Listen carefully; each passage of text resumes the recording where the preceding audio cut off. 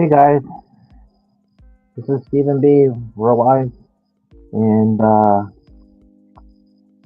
have no idea where CT went, but we will be we're live and on air. So I will drop the link in the chat for you guys if you want to come up. Give me a minute. Sorry we're running a little late, but I tried my best to get a hold of them. I left them a message. Hopefully you'll hop on. I know Merck's in the background. He's really been he's tired from something, so it's okay. I got Beagle here. If you want to hop on, Beagle, you can. I just put that on the just put in the chat. If you guys want to come up, no problem. I'm very happy with the Yankees today. It was a really great game. They had Judge hitting another home run, passing Joe DiMaggio. We also had great hitting, and we also had a great closing with Benar going, giving up a one single, or the adult single that turned into guy stealing, and he closed it out without any problems. Yeah, also a good throw from Dominguez, getting in that assist. It's been a really good series so far, with winning up two of the three games so far, and I'm very happy how this last 12 games series has been. I'm very happy with how everything's working. I'm very happy how the bullpen actually pitched. I just think we're using Cruz pretty too much. That's why his breaking stuff doesn't like to. He doesn't look. It looks not as sharp as before. I think he's fatigued. I think we need to start resting so much. Hey Beagle, I see you up there. The link's in the chat if you want to hop on and talk. Beagle.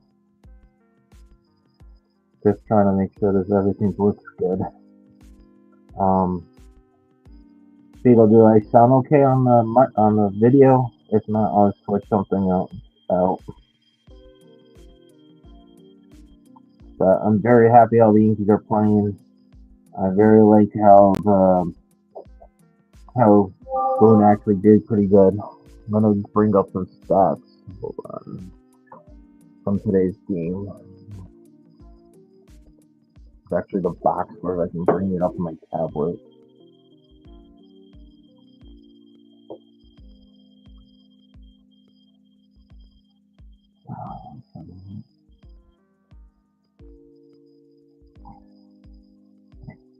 Let's see. Beagle, I wouldn't be surprised if the Yankees are hiding that. I mean, he's using. Give me one sec. I'm gonna do something for you before I go back to looking at the stats. I said I would make you a mod. Ready?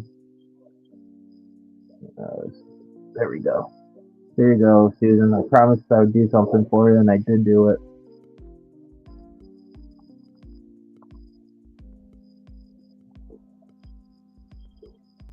So I'm happy right there. Now I was going to bring up some statistics from today's game. I had a few talking points, but that were actually pretty good. I like to say box scores. There you go.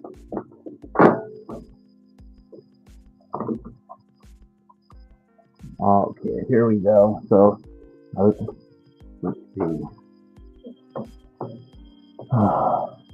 So we had Grisham going 1 for 3 with a walk. We had Rice 1 for 4, and Goldschmidt going pitch hitting. Going up to bat 0 for 1.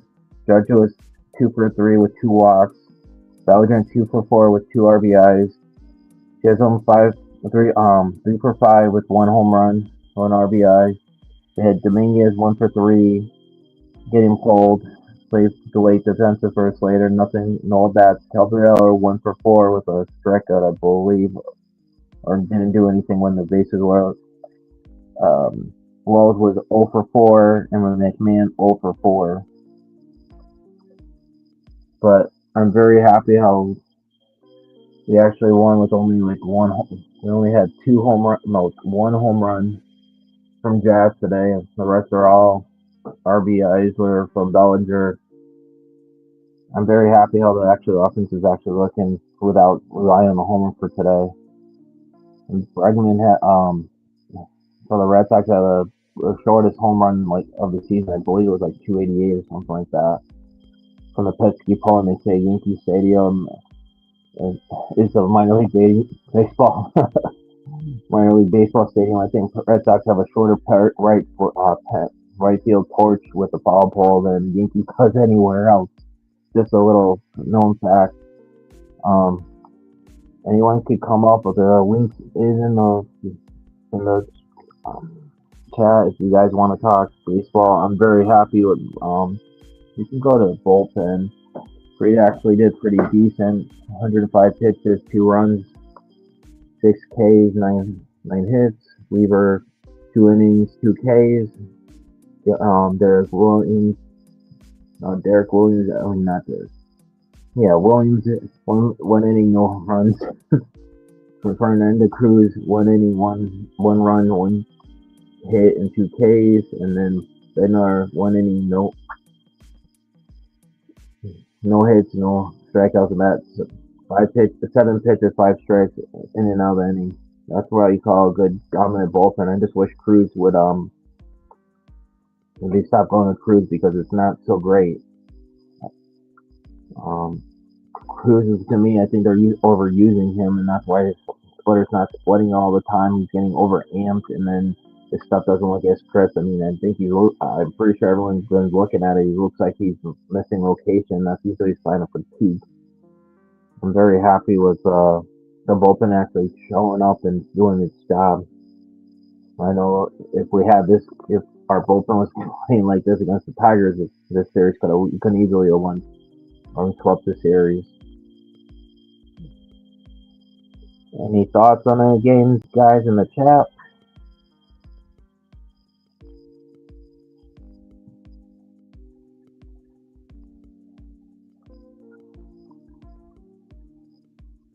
And everyone was complaining about the hey Susan.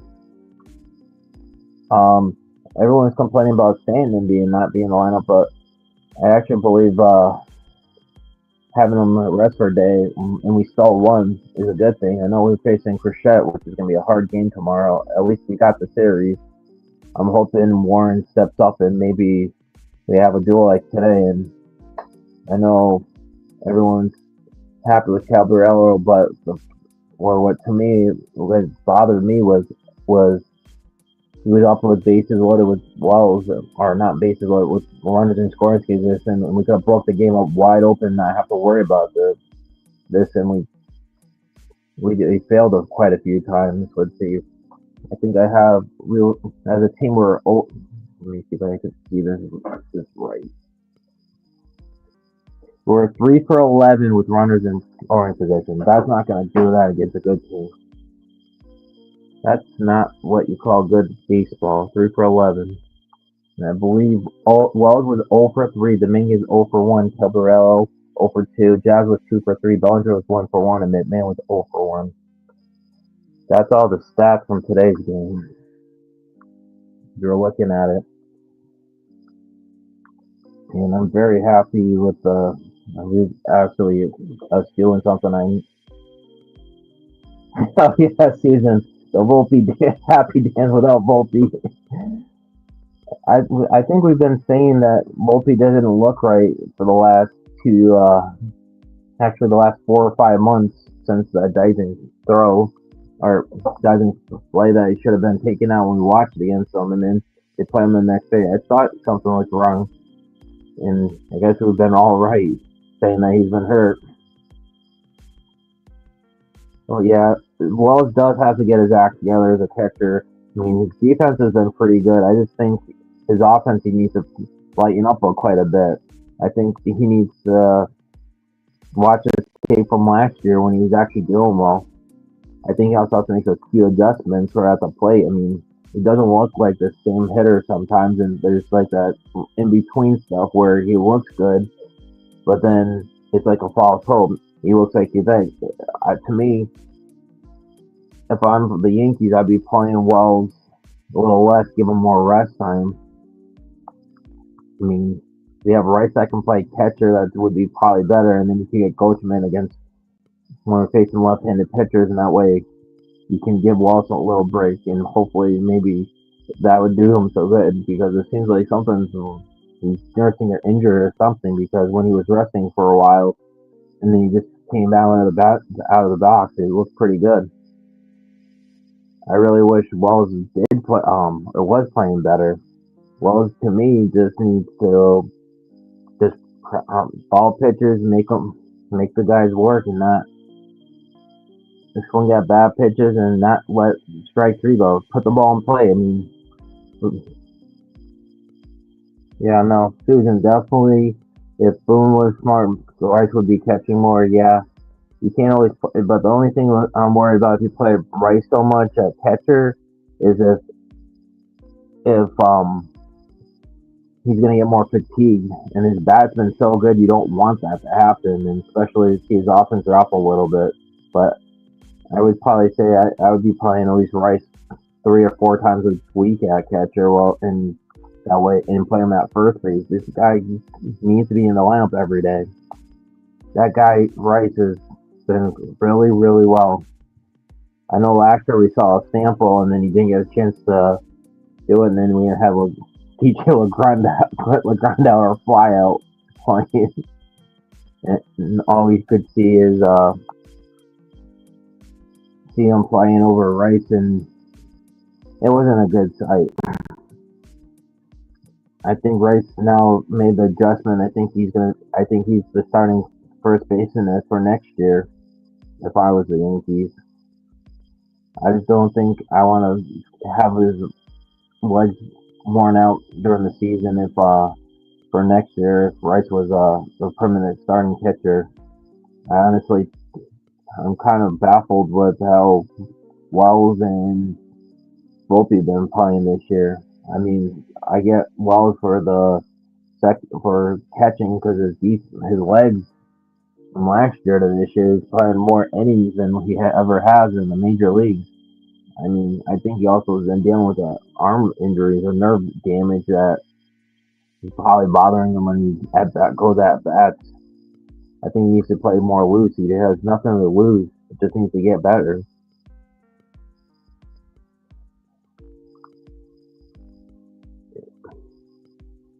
Susan, I would say Wells could be the backup catcher if he was a regular catcher, but I don't. If I'm the Yankees, I probably would want Rice at first, even though he's not the best first baseman defensively, but he does play an adequate one. I would try to keep his bat there because that way he can play him more often and not have to worry about hurting his legs and everything like that.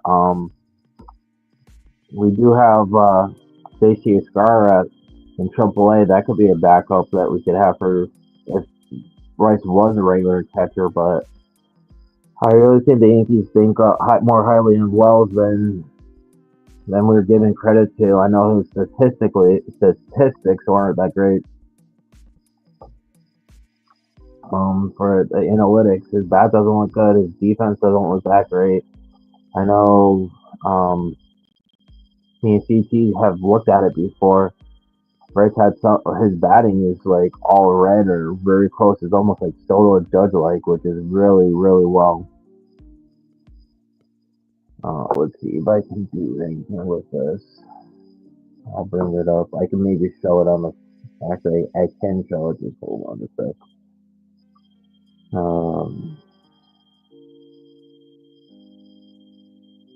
Let me see. Austin. Whoa. Show this. Yeah, baseball 7. Hold on.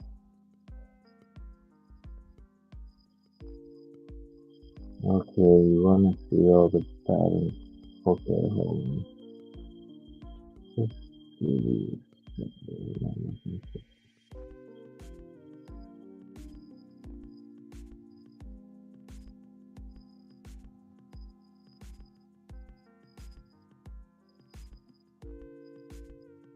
Yeah, definitely Wells did regress. Um, oh, there we go. Hold on. I'm gonna show you guys Wells statistics off the bat from last year to this year. Just give me 1 second. See if it's gonna work fast.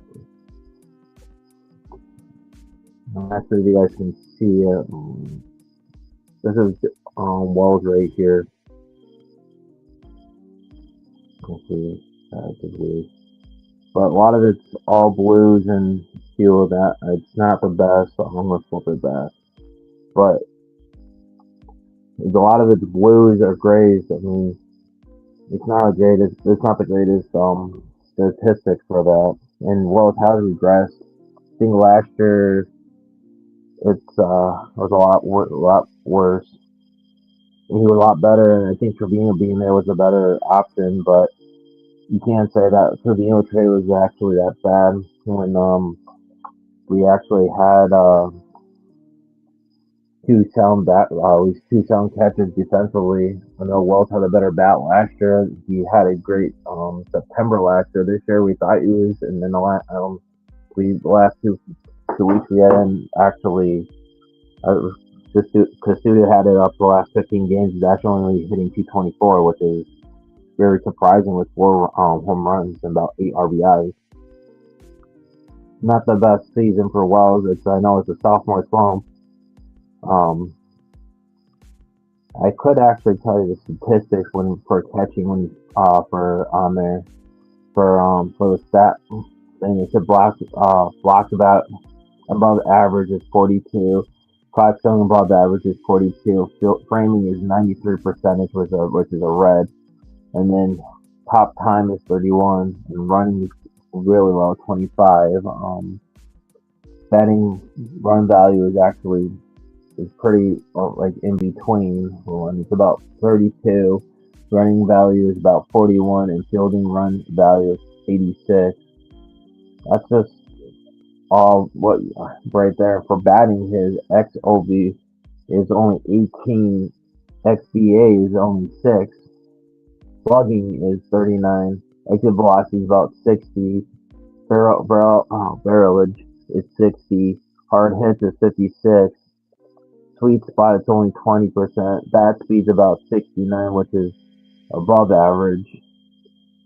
Square up is 22, which is below average. Hey Jacob, and then we had chase percentages. He's at 38%. What percentage is 30? K percentage 25, which is below, and walks is 29, which is not even average. That's just all the statistics on that.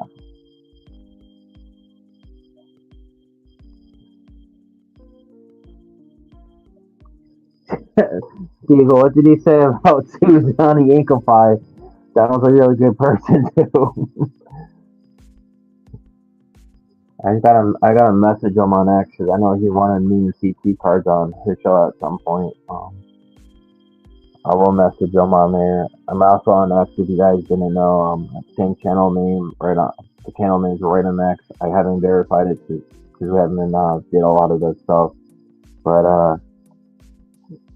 I love supporting Friends Out Chronicles, especially Donald, Uncle Pat, and Rob. They always go on Monday through Fridays grinding it out right in the middle of the day, right in the beginning of the day, around 10, and they also make my day a lot easier because keep my insanity. Sometimes, like when I'm working and just dealing with all these BS and just hearing the Yankees and having to focus on the really bad aspects makes my mind more at ease and just saying hi to you guys in the chat. That's what I like to do, like about all these channels.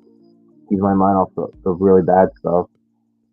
Um, Let me bring up Wells. I'll bring up. Might as well bring up Ben Rice's thing. This is the statistics. Ben Rice. Gonna see a lot of red in a second. Okay. Wow. So Susan, you know how you've been talking. Want to know about the catching portion of for Rice? Walk above average is about 42. Caught stealing, there's not enough. Is at zero. Framing is about a zero. It's like a 58. And pop times they have it as a 2.06, and then running is 52, which is above average. Fielding arm strength is like at a one. It's not qualified for range. But here's his bat stuff. Batting running values 82, which is almost great. Batting base running values is 43. Fielding runs values 53. No, this is where everything's gonna go bonkers. Like I said, this is how good Rice's bat has been. XWOBA is 97. XBA is 96. X slugging 97. Exit velocity 96. Barrel percentage 94%. Hard hit 98. LA sweet spot is 83. Bat speed 71. Score up percentage 88. Yeah, I did notice that season. I think having Cabral over Volpe makes him a lot more think because he knows Cabral can actually play the defensively and not have to have to be everywhere. I think Chad is more content with Cabral at shortstop. I think McMahon is happier that too because he actually goes out and gets the mistakes. He doesn't have to worry about Volpe trying to cut him off. Then we have bat percentage is 871, square up percentage 88, chase percentage 87, what percentage 65, K percentage 57, and walk percentage 69. That's how awesome Ben Rice's stats are for analytics. And I don't like using analytics for everything, but my eye can tell me that I want this bat in that lineup every day. He's like Judge's himself for percentages. And I also noticed, you ever notice like when Caballero is in the bases or batting, most of the people on the lineup also seems to be using the using his momentum and using his energy, and it seems like it's rubbing off on people. Yeah, one player that came with that. Why do you think? We look at the Red Sox, look at Rafael Devers when they traded him. Look at how everyone thought it was a mistake to trade a superstar player, and look, he was bad enough for that locker room that now the Red Sox are in the wild card when they were really were not even close at the wild card when they traded him. It's really interesting about that how one player can affect the whole team. I think we saw that last year, a couple of years ago, when we had the Fantastic Four. Like, and if you like to say, and if you the we had let's see, the Fantastic Four and the Three Amigos for pitching. That was just a bad year in 2022 because of all the injuries. It lost Judge for 2.5 months, and then on top of which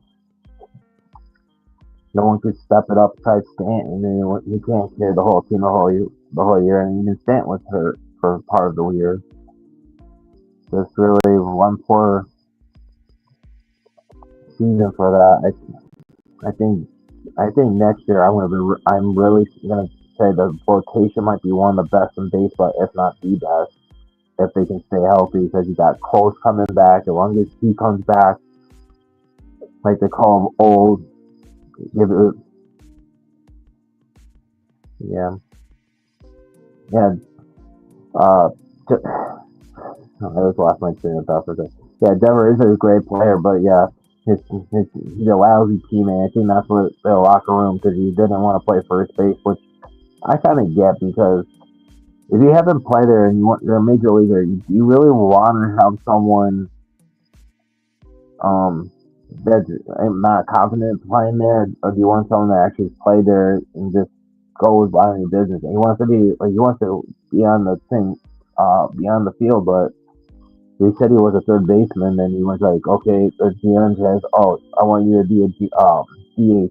just a DH only. Okay, if he does that, he gets really starting to get good at it. And oh no, I gotta change my mind. I need you on the field at first base because we lost a player. It's like the GM needs to realize these players, if they're playing out of position, you can't always expect it to happen overnight. You got to give them time. Say if Devers was willing to, he said, "I need time at first before we put me in a game." I mean, I can understand that, but when it's just weird how sometimes these managers that think they know they're best, but but they have to know their limit. You can't play players out of a position. Look at what we're doing. We play IFK at shortstop for a whole thing, and we had one of the worst shortstops in the league, and they thought that was going to work. It doesn't. You need a real player that actually plays the position at that. I mean, Jazz was an exceptional case for third base last year, but this year when he came back, he has a negative value there for defensively. But he has a plus 26 at second. That's a huge dynamic. You want to play your best players at their best positions. Yeah, no, Susan Stanton's a rare case where he still takes fly balls in the outfield. He doesn't run fully. He basically he just feels it the best he can, and then he has the arm to bring it back. But Devers for that whole situation, I kind of blame the GM because they kind of rubbed me off the wrong way too. And I have family that are Red Sox fans, and a lot of them said the same thing. They think it was a GM how he rubbed them the wrong way. He didn't when it was the off season before they even signed Bregman, they didn't even go up to him and say, "Would you be willing to play catcher, CH or first base?" It doesn't.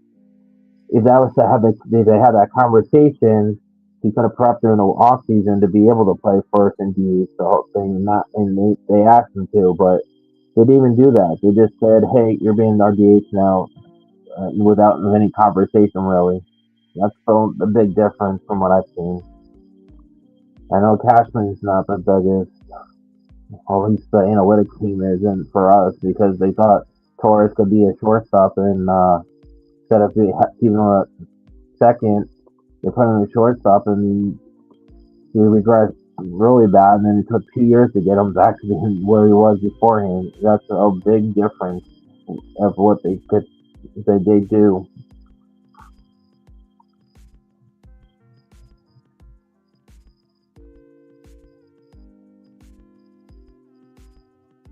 Yeah, no, he was human him. I think Cora rubbed Devers the wrong way too. I think it's the culture there. That's what I really try to find it when you have a real conversation like player to coach with a translator because I know Devers speaks Spanish. If they could hash it out beforehand, um, that would have been a big difference. But I think it wasn't just that. I think the front office robbed Devers, and I think Devers felt like disrespected for the whole thing. How he didn't even ask him about it when he was like the highest paid player at the time for the Red Sox roster. It's like one of those weird things. I'm very happy to see like the Yankees don't have these issues. Always, I know Stanton's always a team player willing to play outfield, play DH, even if that's a pitch hit. He was willing to do anything. And look at Dominguez. He wants to be an everyday left fielder, but he got demoted because Grissom was playing his mind out this year. He, I don't expect I don't expect Grisham or Bellinger to be back on the same team. I think it's going to be one or the other. I think Dominguez realizes, hey, I'll do whatever I can. I'll be ready. And kind of like I said in Jason's the studio shot, I was like, it kind of reminds me that Dominguez when he got a little demotion, he's always ready to go. It kind of reminds me of Oswaldo Cabrera because he was always playing shortstop. If you are playing second, third, trying to get in the lineup, he's always ready to play any position. And then got his turn, he was killing it this year, and then all of a sudden he gets injured now. That was a terrible situation. And I think Susan, I think Martian will be better next year. I think this year is just a learning for left field. I think next year We're gonna see a lot of that. I think he's gonna be working on it in the Dominican league in the winter. I think they're gonna see. I think we're gonna see a big difference. I mean, just from the short period from left field, from the spring to now, look how much better he is than compared to the other ones. I'd be very shocked if I'd be shocked if Dominguez really is getting traded. But I could also see them trying to get Paul Skeens. But then you're gonna have to figure out, is it Jones or Martian or in Lombard, or is it the Martian and Jones for him? I mean, that's what they're gonna have to figure out, and they're gonna have to throw pitchers out. Would that be a huge upgrade in the offense? The rotation, yeah, but then we already have a logged in at pitchers too. We have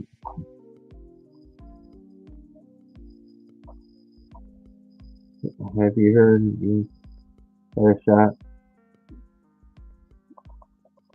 Yeah, they could have gotten schemes at the deadline. They were having conversations. They were willing to go give up Jones and Lombard Jr. at the deadline, but I don't know what the whole package is. But I heard there was like three or four pitcher, three other players that are not that they haven't named on there. And I guess the Pirates said no. I don't blame them because he's under contract. I don't think we'll see teams traded till at least the off season or maybe arbitration because they don't like playing their players. They're like, I don't like to bash any of these teams, but Pirates don't just designated a couple guys for assignment up from waivers because they're getting close to the signing bonuses on the contract. And that's the really bad part about it. With the IFK, who's going to get his money, and then that pay depth. Yeah, I think they did back away, Susan. I think they will revisit it in the off season. It's going to be an interesting off season for the Yankees because we have a lot of rotation depth, and now and we're gonna have too many players at one thing. We see some of them get traded before the stuff goes on. It's gonna be really interesting because we got Warren that now is we have Warren, we have Sutler, we have Gale, we got Cole coming. We have Cole coming back. We have Max Free. We have Rodon, and then we have on top of that Smith. We have like eight starting pitchers only for five spots. I don't think we're going for a six-man rotation either. It doesn't make sense to. I know you want to probably. If I were the Yankees, I probably want to keep. I would want to keep options open, but I think we're going to see one of them or two of them in the trade for some needs that we need. I honestly think we could see. I think we're going to need a couple of relievers. We got to figure out if we're going to bring back Luke Weaver. Devin Williams needs it. He's probably walking away. You got to better figure out who's coming back. If Cody opts out or not. If it Griffin's coming back or not. Who's going to be the first baseman or who's going to be the center fielder? Do we have room for Jones or if we're going to trade him for starting? It's going to be really interesting. I think I keep. The thing is, I think Warren actually. I think Warren actually does. I think he deserves to have a spot in the rotations. I think. I think we will see Leiter might be traded, Susan. I could see that happening in the off season. Dev, I sent a text message. I'm not sure if you saw the group chat. I tried calling CTAs a couple of times and didn't hear from him. I really think they're going to. Oh, hold on. We got. I'll get you off, Dev. Mm. Uh, What's up, man? hey, Dev. Yeah. Let's. Susan, I do think Gallagher's gonna stay, but I don't know if they're gonna opt out or not. That's a really interesting part. I want to see. I want to see Bellinger stay as a Yankee. I think I'll be willing to go like 4 or 5 years for the deal. I mean, about 30, 32. So a 4 or 5 years should be a good one. I really do. I could see a few of I could see Weaver coming back, but he's still a little inconsistent. Susan, so Bird's in the minor leagues right now. I believe Bird was way overused before we even got him. He was over triple the amount of he was over triple what he was last year. Bird, I think when we got him was like 43 out of like 55 games or whatever he was in for. Yeah, if you want to try getting them, have your thing muted for a minute. I think that background noise. Okay, no, you can keep your camera on. Just keep them. There's like a thing on there that just have it muted for right there because I can hear the TV in the background. Okay, there you go. That's perfect, Dev. I just hear Dev. I could just hear like the TV in the background. That's why I just said to mute it until you can bring it down a little. But I think Belger does want to stay on here. Hold on, here's an echo. So let me try. I'll just fix this. Sorry about that.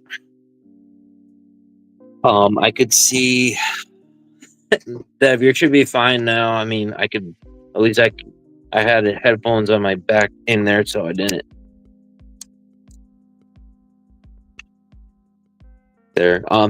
I could see I can see Bellinger. I think Bellinger, as long as it's close enough, I think we can see Bellinger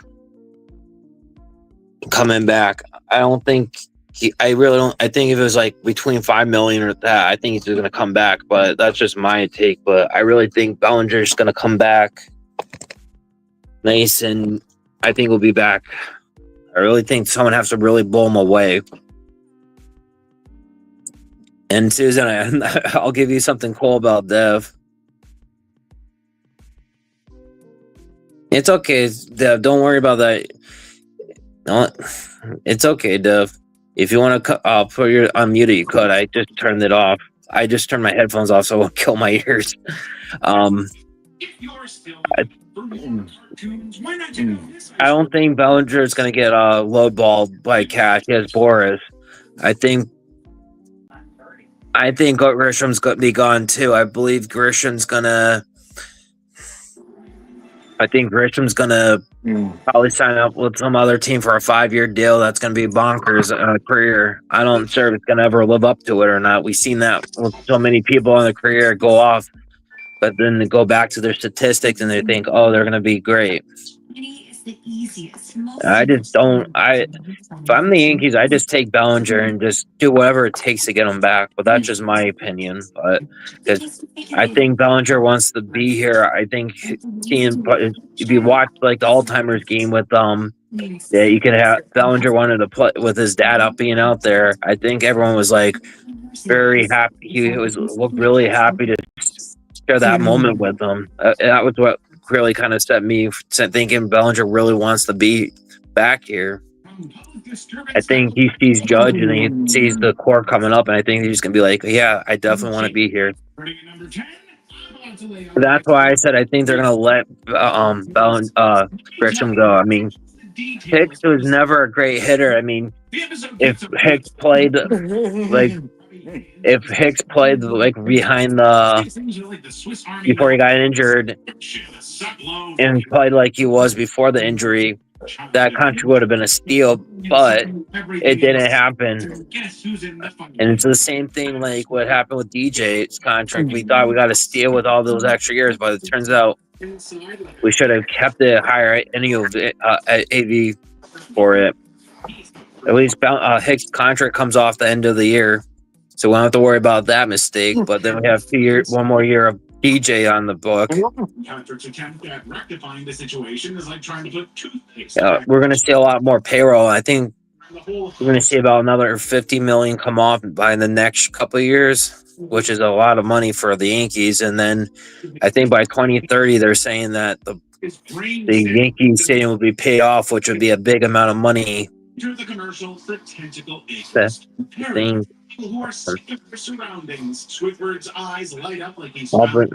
I'll bring this up to the thing. Do you think there's a possibility that Martin is trying? What do you think? To me, Um, to me, I think the Martian doesn't get traded, but I could be in the minority on this one. But I You think they might know. explore it. I think they'll explore it. I think they're going to see what they can get for people. But I really think they want to have Jason in left, and I think they want Jones in center. I think they want him to be like we had Soto and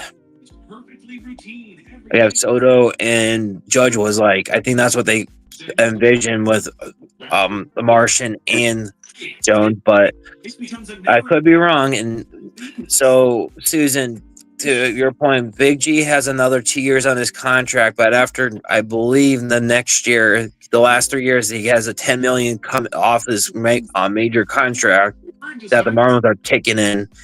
So the next 3 years, the Yankees are getting 30 million for contract thing. So Stanton has really like 25 million. We're really paying him with 10 million for him from the Marlins.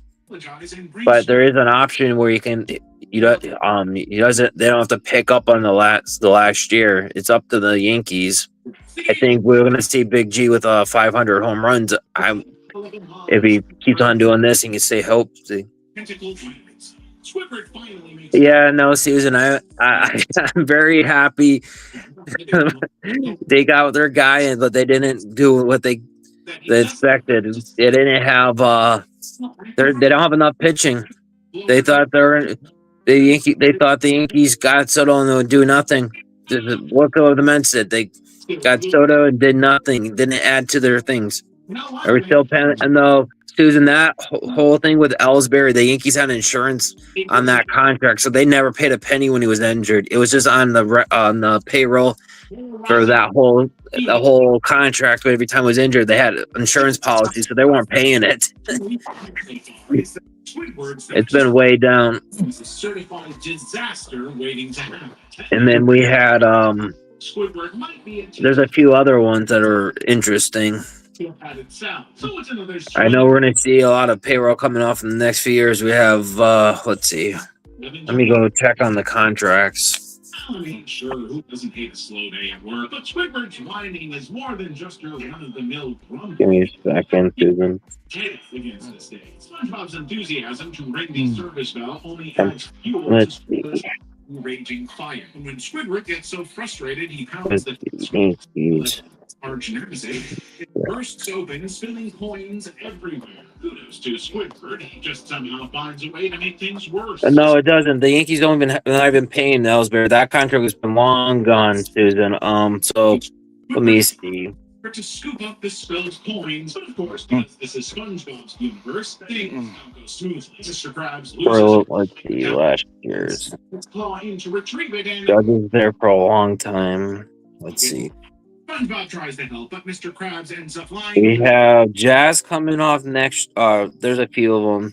Yeah, that's right. Jazz we have him. He has a team option for next year, and no, Susan, it doesn't even count. Hicks is technically off the off the books next year because there's a $5 million buyout, which that would happen.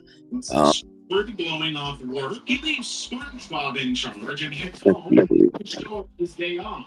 We got Clark Schmidt's free agent at the end of 2026. You have Luke Waver. Hold on, is 20, there. And then you have, let's see, Paul Blackburn is a free agent at the end of the year. Let's see, David Benner is an arbitration. Jason, he has another 2027. He's a free agent. Gosford's a free agent after this year. Serious issue. By the time Squidward reaches insanity, he's actually Griever's a free agent this year. Let's see, anyone else I can see? I'm just looking for Susan. Next couple of years are gonna be interesting. This guy's so far gone, he's losing it over imaginary scenarios. When Squidward finally bursts, Kente Media is a free agent at 2026 too. the typo, he's breathing for the I think Bednar really does like being here, Susan. I think the Yankees gonna go full out and sign him to that contract. Well, that's reasonable for him. I really like Begner as a when we acquired him, and I really think that's the mentality we need for a closer, just to go out and just say, you know what, tell the manager, even if he's doing bad, I want to have the ball. That's the guy that you want to have out there that can close and get guys out. He only took 7 pitches to get the Red Sox out today. Yes, no. He fit every pitcher player they got at the deadline seemed to be fit in seamlessly. You got Ryan McMahon that fits perfectly. I know he's not the best for offense at third base, but guess what? The guy plays solid defense and doesn't need to be that great to be at the bottom of the lineup.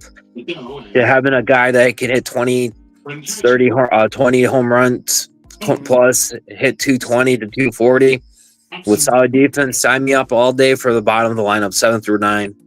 You take that every day, and he fits in the clubhouse great. I actually watched some of those what he said about with Meredith and that on the post-game show a few times, and he seems like a guy that fits in perfectly with us too. Dovell will be definitely fixed. I think we're going to see him in the offseason. I think they're going to work on command more with the slider, trying to get it more more consistent with him. Because when he was with the Giants, that guy, when he was with the closer, was dominant, but it took him sometimes does get wild. So it's going to be interesting.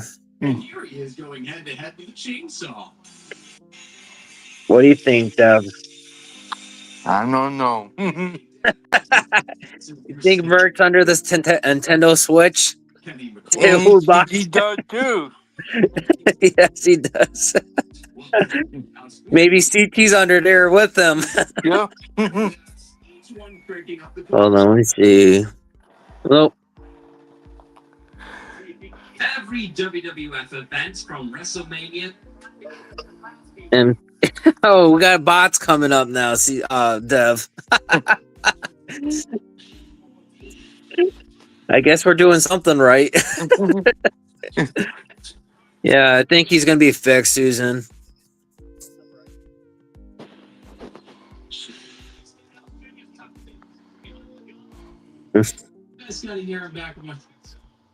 Oh, there.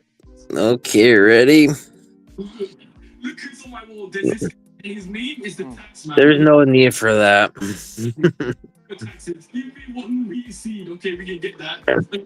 I'll tell you what happened afterwards, Dev. And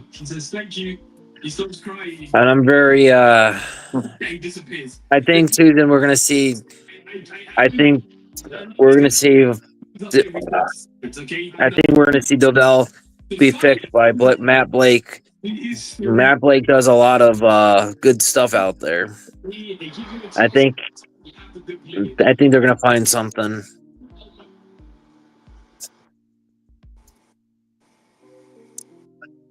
The creator of the Shin Sonic tapes just released another. With it, we get a lot more information about what Shin is, what happened to Sonic, and who will likely be the heroes of this story moving forward. So in this video, I'm going to go ahead and go through the tape while also connecting some of the lore from previous videos to paint a fuller picture. Now, the new tape starts off with Shin having just found another. Do you see what the private chat says on there? Is trying to keep him from getting it. Don't say the words, but just see with the private chat on there. He's been kicked. I'm not dealing with bots like that. He's banned too. Oh wow.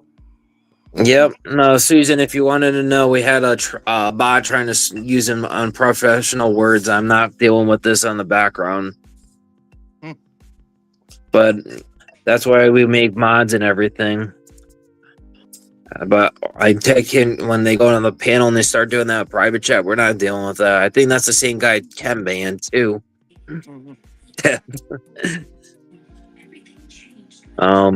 I think we're also going to see some other things with Schultler are going to be fixed during the offseason, too. I think they're going to work on his mechanics a little bit so he doesn't tip his pitches. That's going to be interesting. I think we're going to see a third pitch be really worked on in the offseason. I really think we're going to see like the secondary stuff with that.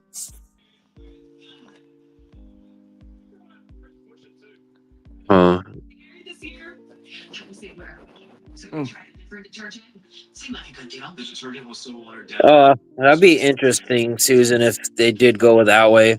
I really like the Phillies manager.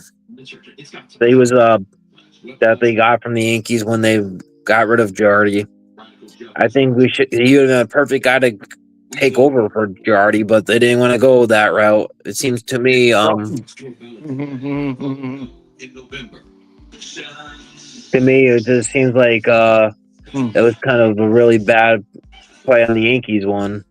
Yep.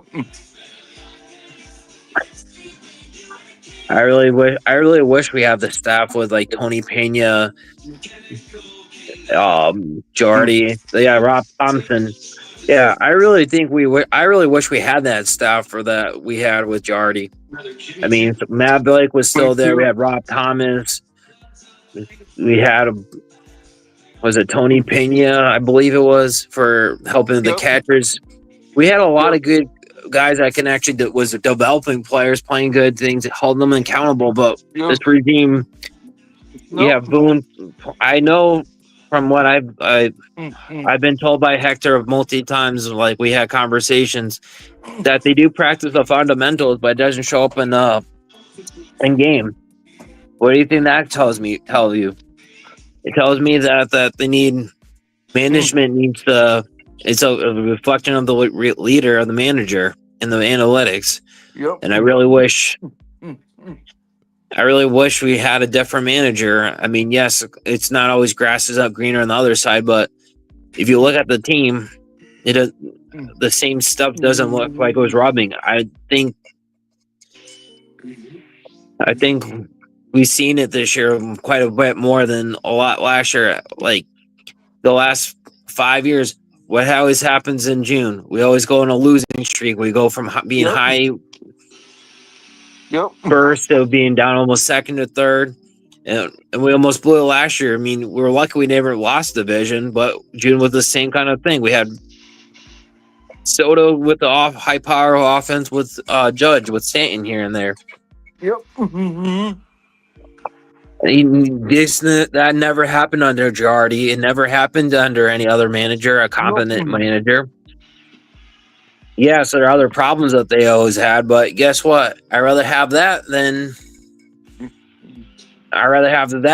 have a swoon and everyone being that. I think, honestly, I'd rather have a manager that holds you accountable. If they don't like them, been calling on the things, okay, don't want Girardi, that's fine, but bring someone like him in there that will hold players accountable. That won't mess up with the media, but will take you aside during the game. I really think that's what's really missing on this team, like the fundamentals. Hey, you screwed up this bad. Guess what? You're going on the bench. We're going to put someone else in. That's how they did with Joe Torre. He said and guess what? Yeah, Girardi was very straight laced. Yep. It was very straight, but he put the guys right in their place when he needed to, because he wants the best out of all the players, and that's what a good manager does. If you look at Girardi's roster, besides the 09 when we went full in, he always overperformed from what the team plays. If you look at Boone's roster, yeah, he has a lot of wins, but they have underperformed quite significantly, in my opinion. Like 4 or 5 games we could have had, or like the last 2 years, it's been over 20 games that we should have won that we lost. Doesn't make sense to me why we have the manager that doesn't know how to run a bullpen, overuses them, and then takes starters out way too early. Yep. And then the bullpen goes bad, and the starters start to go bad. It's not a coincidence. Susan, he called out Sanchez out. That probably didn't help it. To me, what did it was the playoffs when Jardy was there, and he went with the book. It didn't work, and then it worked out, but they said, "Yeah, you don't have that," and he went with his gut on there, and it did work out, and they didn't like that. I think they want a yes man on there, which to me, that's not how you play baseball. You need a manager with the eyes that feel the game. He knows that's what the statistics says, but also knows use common sense, and that's why in CT we always say there's a feel to the game that they don't teach you as with analytics. There's no statistics that can show you. There's no showing of a player can't have is clutch or not. There's no if they have heart or do they have the drive to be able to do it. That's what we're missing. Like a lot of the interconnection, like all the players that love to thrive on stress and when it doesn't. There's no statistics to show that stuff for what the player has to offer. Like Gabriello to me has the intangibles that you can't measure. He plays a solid fundamental player that has a good bat, plays the game right, has the leadership for shortstop. It's just all interconnected. Talk about songs that are misunderstood in one way or another, where people think they mean. Yeah, we do need Billy Martin. If we had Steinbrenner, everybody loves. Boone would have been gone by this year too. They wouldn't have done anything. But it's different, or we had a different owner. But I don't think Hal's the worst owner. I think part of the problem is everybody in the comments wanted me to talk about. Part of the problem is that they had to refinance they're spending one of the highest paid teams every year statistically for the last 20, 30, 40, 50 years. One of the highest paid teams out there. We also had a new stadium that needed to be replaced because it was falling apart. That was a lot of depth right there. And I'm not trying to talk finance, but just think about that. That's probably about 30 or 40 million a year. And then George would have the sailing company so he could take the profits and put it into the team. And half the team wouldn't even be here, but then you got to think about it this way, Susan. They wouldn't. If you remember how George and Cashman had a big fight and Cashman almost left? He basically told George, I have backyard deals that we can have great players, and you're telling me no.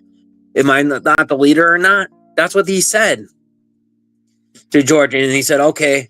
After that, he let Cashman do it, but George also made sure held Cashman accountable. If he needed to make a move, he doesn't. And I don't think Hal's involved like that. I think that's what we're missing, and that comes from the leadership. And I'm not trying to. We've batted this about 1,000 times. It comes from the bottom to the bottom. There needs to be people that say, "Hey, I want to know all the deals." And I think Hal was there this year for the deadline. He said he didn't. He wants to know every deal and with the money and everything. That's what it comes down to. I think Hal wants to win, but I don't think he has to. He doesn't have the drive like his brother did or George had. I think Hank would be telling Hal to do more stuff like his father would, but look what happened to Hank. Unfortunate. Yep. And if the other guy, if Hal's or Hank's sister never got divorced, that he was supposed to be the heir to George, and he was a guy like George that wanted to win just as bad as him, if not more. But if you can't stay with the relationship with what happened and they got divorced, it wasn't going to be there. I don't think Hal wanted to be George wanted Hell to be the owner. I think he wanted everyone else but him to, because he didn't want him to have to be involved with all this stuff because he wasn't really interested. Mm-hmm. Dude, if I remember right, Hal and Hank's sister was married to a guy that was just like George, and they got divorced, and that's why it came to that. It went to Hank and Hal, and Hal never really wanted to run the Yankees. Now he has all these partnerships. He has to talk with all the investments on there. There's a whole different thing. Yeah, Hal's a business person. He's more like, let's get me a profit and make me win, but he doesn't want to go full out all the time, which I understand. I mean, they're also paying for that stadium. I really want to see what the Yankees do after 2023 when that stadium is paid off, because that's going to tell me how if he's going to really want to go full in and try to win it. And I think last year losing and seeing how much money he made from going into the playoffs last year, I think that really said, oh, if I win, I get more money and I get to do this. This is going to be even better for us. That's what it really comes down to me, if you look at it. To me, I think him seeing Soto the whole full out last year, almost full out last year, seeing him out there, is what I think got him a taste and said, do what you got to do to get all these good players in the offseason. I don't think if they signed Soto, I think we wouldn't have saw much more moves. I don't think Fried comes in. I don't think we would have Durant, which would have been a good Durant that could play third while we do that. I don't think the McMahon trade happens. I think the Bednar trade happens because of that, but I don't see a lot of other moves. I think Dominguez would be playing center, or probably playing left field, and Judge is probably playing center. And I'm really happy we didn't go get thing. Soto's. I think it was a blessing letting Soto walk. You want to be selfish? Yep. Let him be. Guess what? They're not doing good. They're barely holding on to the last playoff spot, wild card spot. Yep. Soto? Who we got? Bellinger. You got Max Fried. And you got Goldschmidt. A lot better players than one player for that same amount of money, if not less.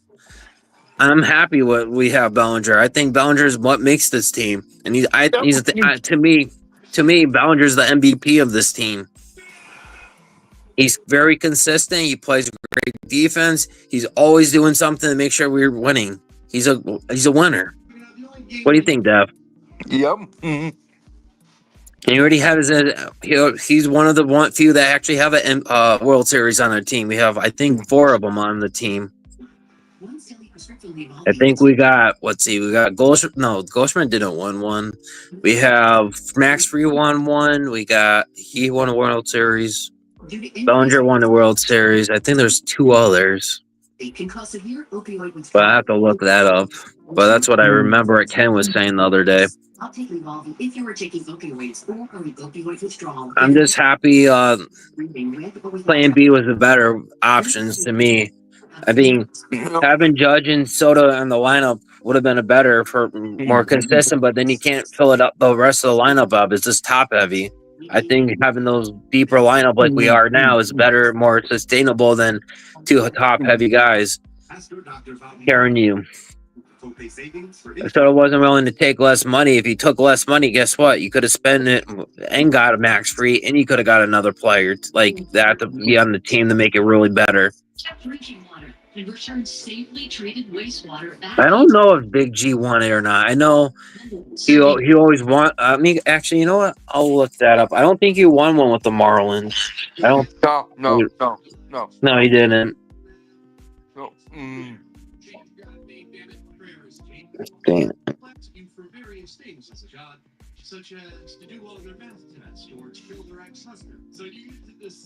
Carlos Stanton. Yeah, no, he didn't win one he didn't win a World Series with them. No.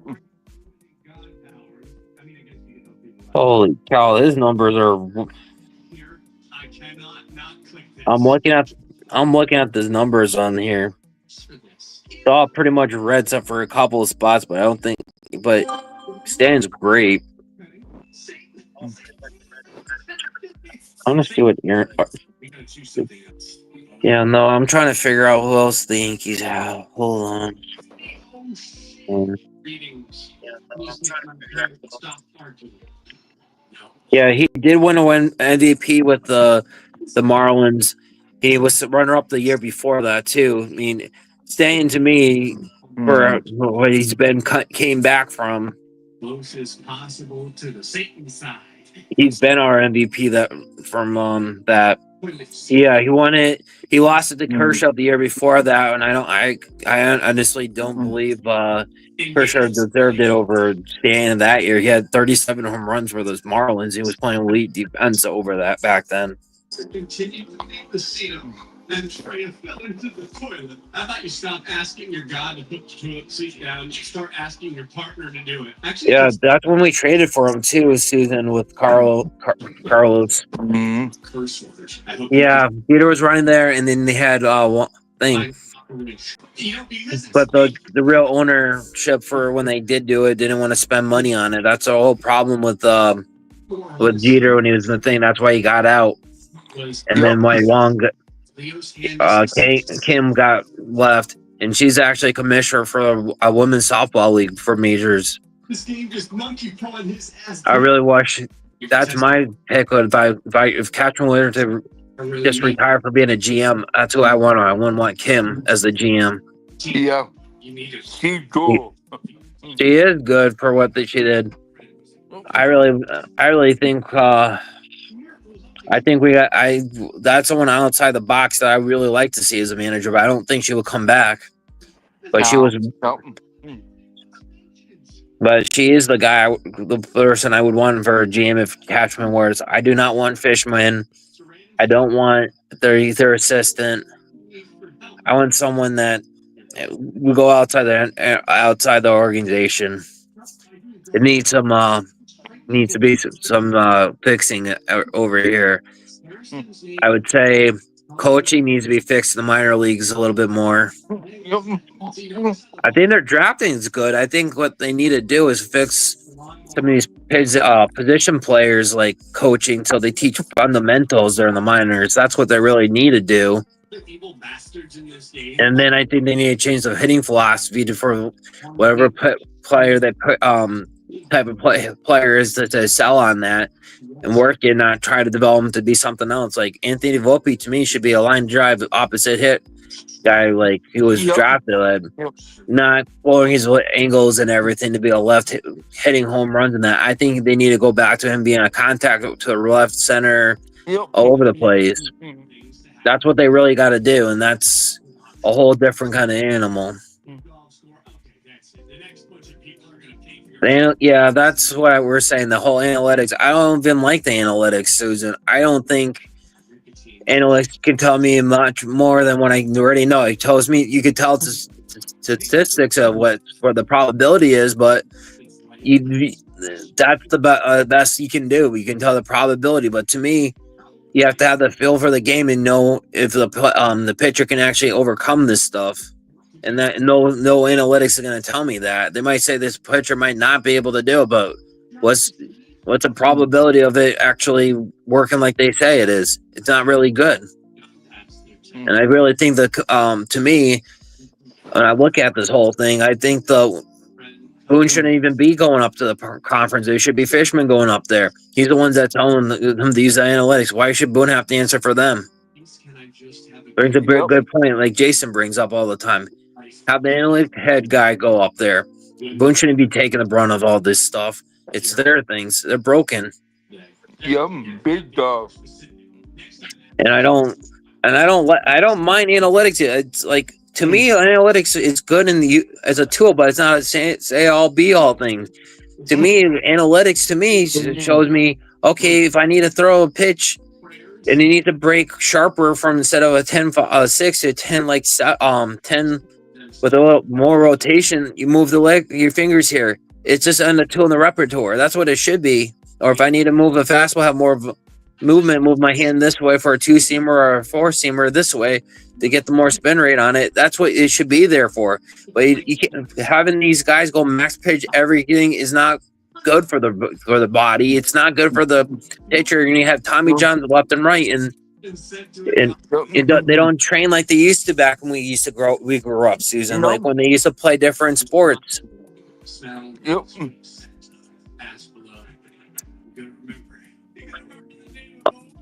Yeah.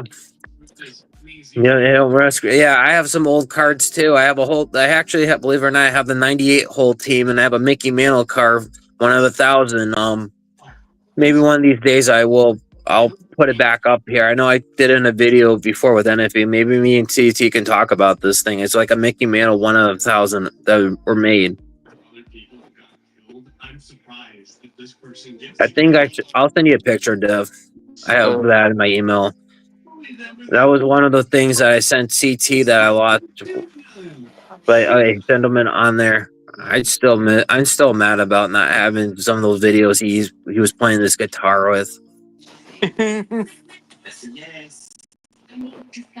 1990s. That's when I was born. So it was 1990. Actually, I'll give you a little story. I was born in March Madness, March 3rd, and I'm in Connecticut, so I got to watch the first UConn men's dream team was 1990. So I've been a huge. I was since my mom had me have pom poms at the hospital and watching March Madness with her. I was a little kid. I'm not just a little. That's a little things about me. But I really love the Yankees, and I believe this came from my mom and dad and my grandparents on my dad's side. My grandpa that served in there was born in Michigan, so he was a Tigers fan. But at the end of the year,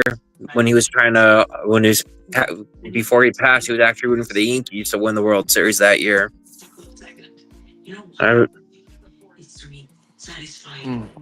Yeah, no, that's awesome. O'Neill card from Cincinnati. I know Susan, we're gonna actually have a thing, a segment with CT with some of those cards he has. If you ever want to hop on with the open link and you want to bring up your cards, we can always do that. That'd be a really fun part if you're up for it. Brigitte was pitching. Wow, that's back in the day. That was awesome, Susan. Brigitte, I got to see. I was lucky. My great grandfather or uncle, I should say, on my dad's side. He used to take us to Yankee Red Sox. We used to get seats for the Yankee Red Sox. It was a male family thing on my dad's side. We used to go up there. I got to see Pedro pitch. I got to see Moose pitch. I got to see Mo pitch in the old Yankee Stadium. I got to see Jeter play. I got to see Bernie hit his 3 home runs of left, right, and left back in one game. That was a fun. And I got to see Basada hit the same game too. That's the old Yankee Stadium. I've been to only the new Yankee Stadium once. I got lucky. Huh? Yeah, no, I got lucky. My wife, I was dating at the time, got me tickets for Jeter's for Wells one. I got to see Jeter one last time at the new Yankee Stadium. But I went to get hot dogs. They're like $20. I'm like, for 2 hot dogs? I'm like, what? I'm gonna highway robbery? Right, Dev? Yep.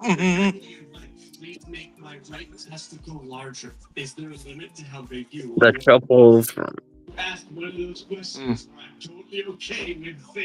the game of BC. Yeah, that's awesome.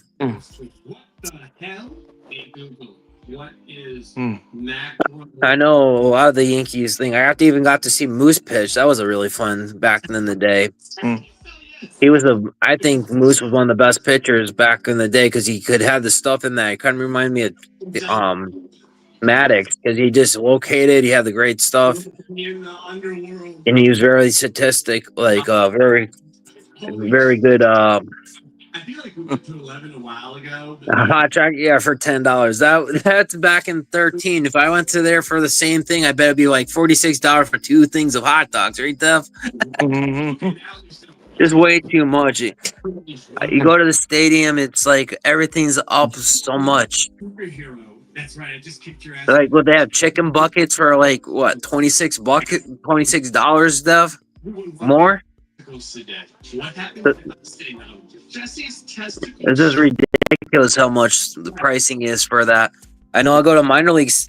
I could been to a bunch of minor league stadiums, and I could get chicken tenders, fries, and a soda for about 15 or $16. That's pretty cheap.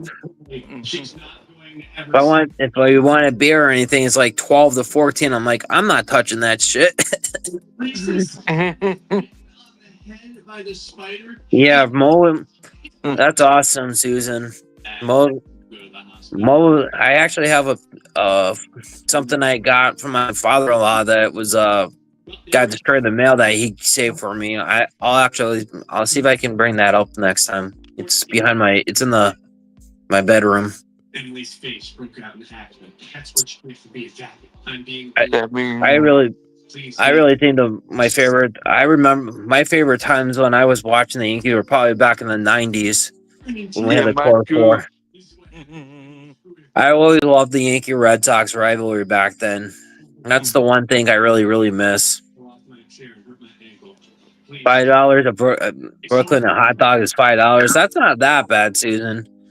I think the hot dog my wife likes, the Oscar Mayer with a stuffed cheese, is like $3.95 at Walmart. But that's a whole different thing. But it's not cooked; you have to do it yourself. So, but $5 is not bad. Help me. I have been impregnated by my son. And I also, I'm not sure if I got to tell you, Susan, that I was actually up in Pennsylvania. You're near Bethel, right? Dev? No. What town again? Bethlehem. I was near there.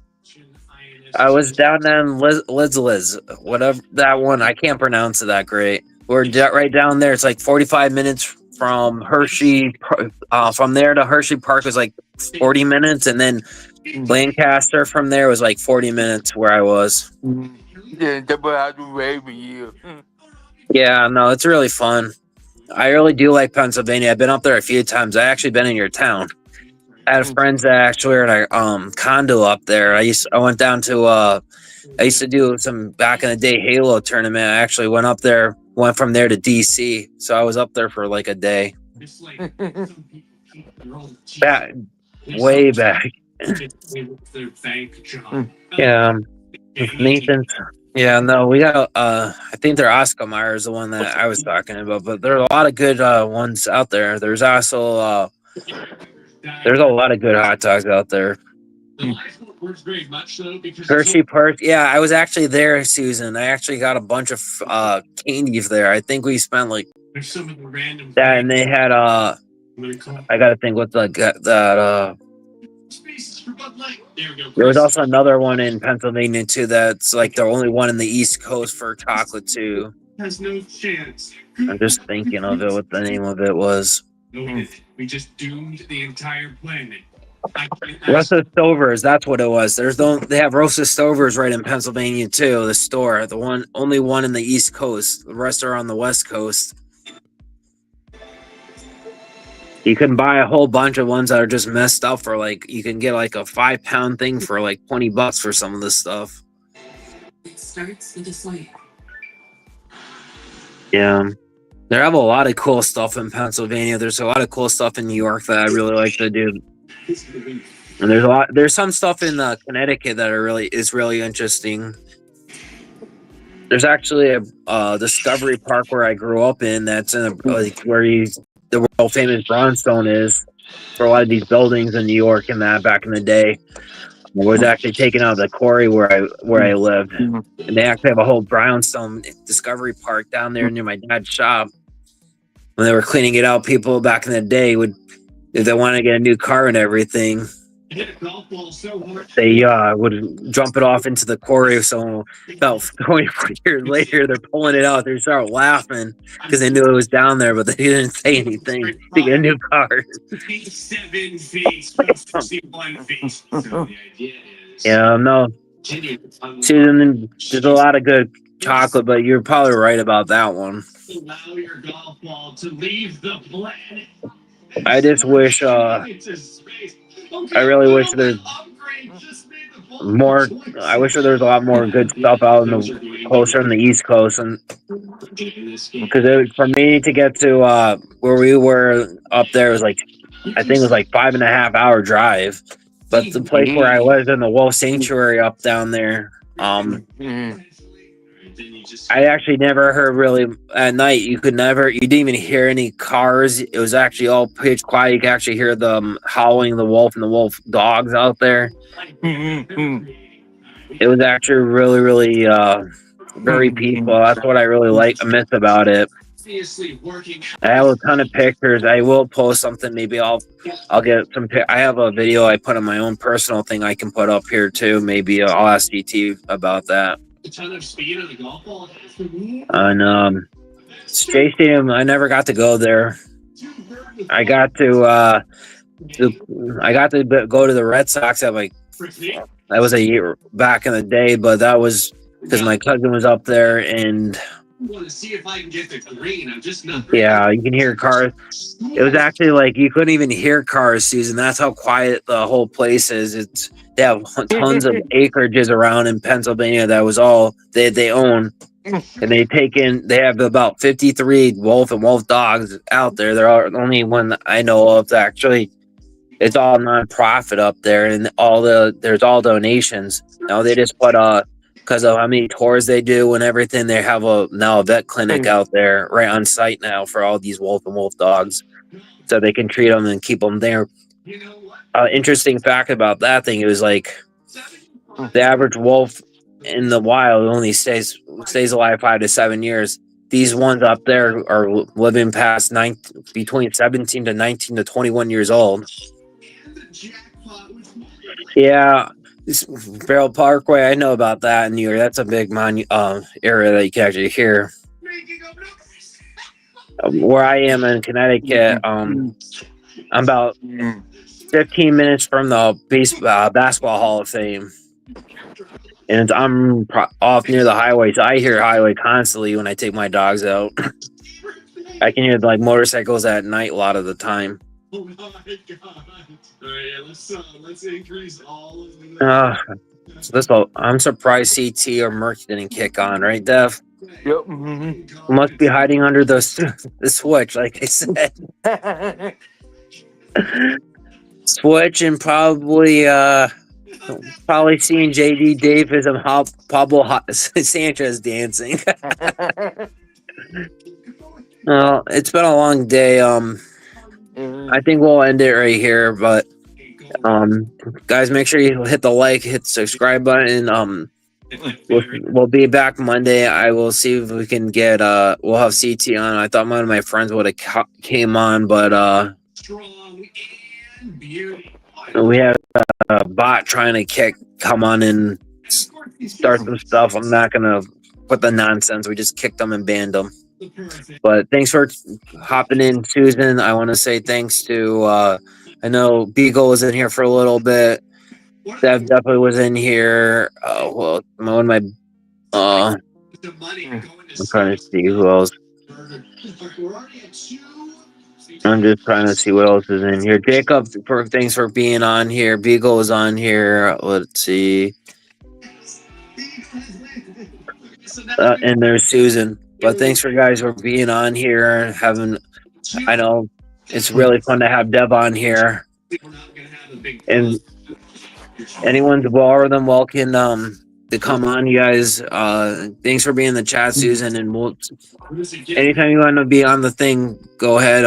I know I'm on X, the same name. I think you might have followed me or not. I'm not sure if you did. There's a Susan that's on there. But I like to say thanks for everyone and anyone that was in the chat. If I missed your name, I'm sorry, but thanks for being here, and we'll see you guys in the next time. Take care, you guys. Have a great night.